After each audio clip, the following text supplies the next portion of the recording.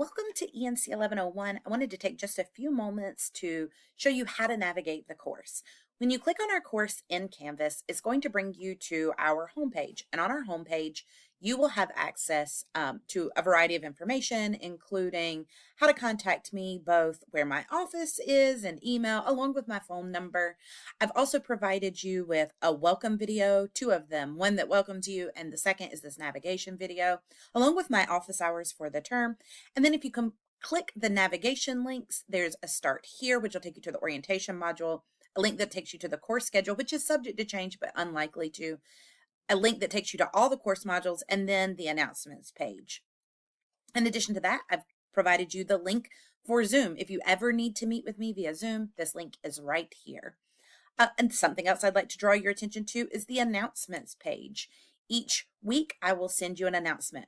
As it stands, you already have an announcement from me called The Scoop on ENC 1101. Read this now.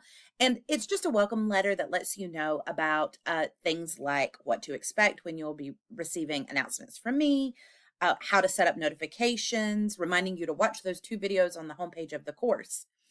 Now, when you would like to get started on the course, you have a couple of options. You can go back to the homepage and click the Start Here button, and doing so will take you to the orientation module, or you can click the modules button.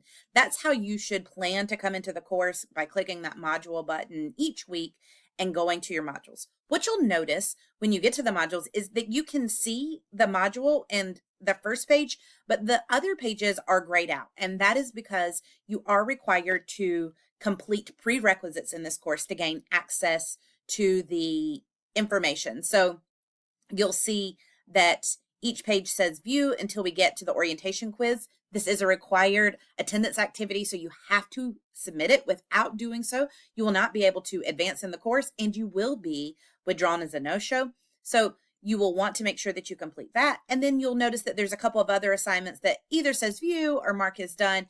You'll notice that you gain access to week 2 once you've completed week 1. And again, you'll see things like view the assignment or contribute to the page, mark as done, those sorts of things. Keep in mind, you'll want to make sure that you are starting at the beginning of every single module each week. So for our orientation module, you'll see there's some basic information about course start date, how to complete the course orientation, those sorts of things. Then a page about me and my office hours. After that, you will get to the course overview, and we'll start here to kind of understand what's expected of you. So this course is designed to introduce you to rhetorical concepts and audience-centered approaches to writing, including composing processes, language conventions and style, and critical analysis and engagement with written text and other forms of communication. It is a Gordon Rule class, which means that you are required to earn a minimum of a C in this course to get college credit. You have 3 basic course outcomes. You will apply rhetorical knowledge to communicate for a variety of audiences and purposes. You will employ critical thinking to analyze forms of communication, and you will engage in the writing process that involves drafting, revising, and reflecting. We'll do each of these all semester long. You do have some prerequisites, which you'll want to look at if you're in the course. If they've allowed you to register for the course, you have likely met the prerequisite. You'll see this course navigation video again. Then we get into the course policies. And while I'm not going to go through every single policy, I will highlight a few things. First and foremost, the attendance policy. In order to be considered attending an online course, that means that you are not only just logging into the course, but you are submitting assignments. Your submission of assignments is indicative of your attendance in the course. The no-show policy states that you have to complete the attendance activity. The required attendance activity for this class is the syllabus quiz by a certain date.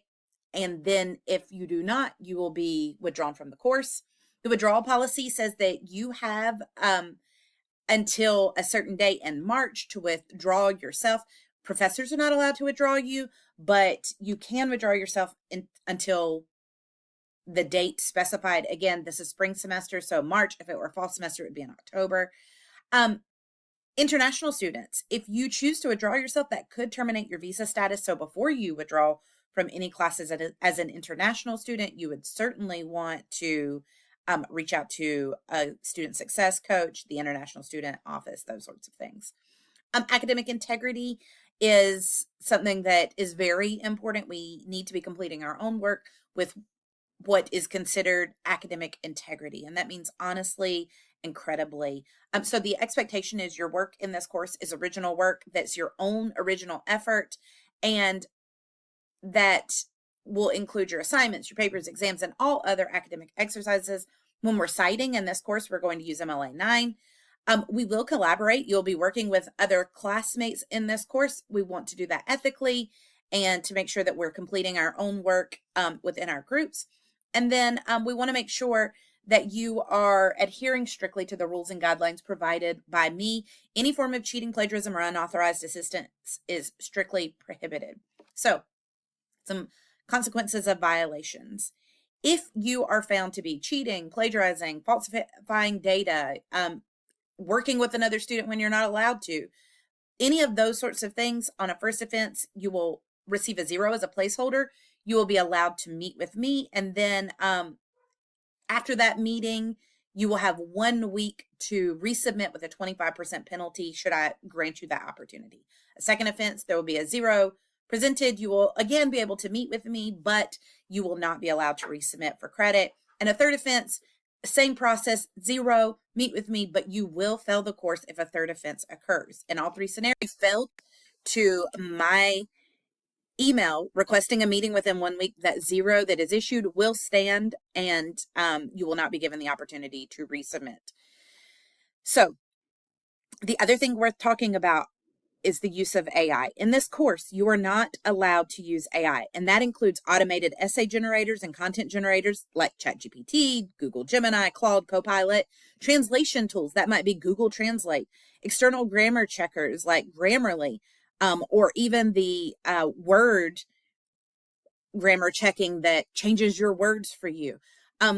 Plagiarism detection algorithms, all of those are strictly prohibited. You're expected to demonstrate your own understanding and original work throughout the duration of the course. Any violation of this will be subjected to those consequences we just talked about. I have also provided you with a late work, makeup work policy. I have tiers for how I will or will not accept late work. The first has to do with summative assessments. Those are going to be assignments that are worth 100 points or more. So these are going to be your major assignments. You have 4 of those this term, 3 essays and a source evaluation. For those, you are provided a 24-hour grace period and then an additional 48 hours where you can submit with a 50% penalty. For formative assignments, those are going to be worth less than 100 points. I generally will not accept those late. However, in the event of an emergency, further arrangements can be made to submit late work with immediate communication with me via Canvas inbox. It's your job to alert me immediately. That said, you may also be granted 3 extensions over the course of the semester for any of these assignments, whether they are formative or summative. You just have to send me a message letting me know that you need the extension, and then I will grant it. Generally, you will request the extension, and then I will let you know how much longer of an extension that you will receive. If you know that you need a specific amount of time, it'd be great to tell me in that message where you are requesting that extension. That said, if you have extenuating circumstances, jury duty, extracurricular activities, perhaps with a high school or college or military obligations that are going to cause you to be absent from the course, you will need to contact me about that. It's worth noting that just because you have extenuating circumstances doesn't mean that you get an extension. If it's jury duty, something related to the college, military, absolutely, an extension will be granted. If it's something like you're going on vacation with your family and oopsies, it was scheduled in the middle of the term, I may not be willing to work with you, or may only be able to work with you in a limited capacity. So do know that that is a possibility. For documentation of sources, you will need to use MLA. There is an extra credit policy. I encourage you to have a look at that. By way of copyright, any materials produced specifically for this course can only be used during this term for this class. In other words, you are not allowed to provide any of my materials that I provided to you in this course in any other place. If you do, you would be subjected to legal ramifications. I do want you to note that you are expected to be respectful of other folks and their viewpoints. we may be presented with things that are controversial or challenging, or may provide a different point of view than the point of view that you hold. It is expected and important that you are respectful of all parties and views that are presented, with the exception of any sort of hate speech or clearly discriminatory speech. That would, of course, not be covered under this. But generally speaking, if we disagree on a point of view, we should be open to those points of view. This is a points-based class. You can earn up to 1,000 points. In order to earn an A, you would need at least 900 points. A B is 800 to 899 points, and a C is 799 points. I provided you the breakdown of your grades. I've also provided you with my communication policy. Generally, I will respond to your emails within 48 hours, Monday through Friday, though if I'm being entirely honest, I usually get back to those within 24 hours, lots of times same day. I usually respond during office hours, but that's not to say it's impossible that after office hours I wouldn't respond. Generally, I will. That said, Saturdays and Sundays I generally reserve for my family. So if you do have some sort of a scenario where you really need to get information to me, put it in the subject bar that it's urgent or it's an emergency or please read quickly, something like that, if it comes in over the weekend, because over the weekend, while I see the emails come in, I don't generally respond to them until Monday unless a student has indicated that there is a legitimate concern. I've also provided you with the course schedule here. You can see what our the assignments are and when they are due. Generally speaking, due dates are going to be Wednesday and Sunday. That said, there's the occasional one-off where there might be something due like on a Friday or right after spring break. There's a Monday due date that happens where you will submit your final draft of your research essay, which you should have pretty much completed because at that point you would have completed your rough draft and peer review prior to spring break. So there are times where we deviate from that Wednesday, Friday schedule, but generally, or Wednesday, Sunday schedule, but generally we're going to be working Wednesdays to Sunday. I hope this video has helped you understand how to navigate the course. We clearly didn't go over everything that is available to you in the course, but this is a good way to get started. I am looking forward to partnering with you this term, and if I can ever be of help to you, please let me know.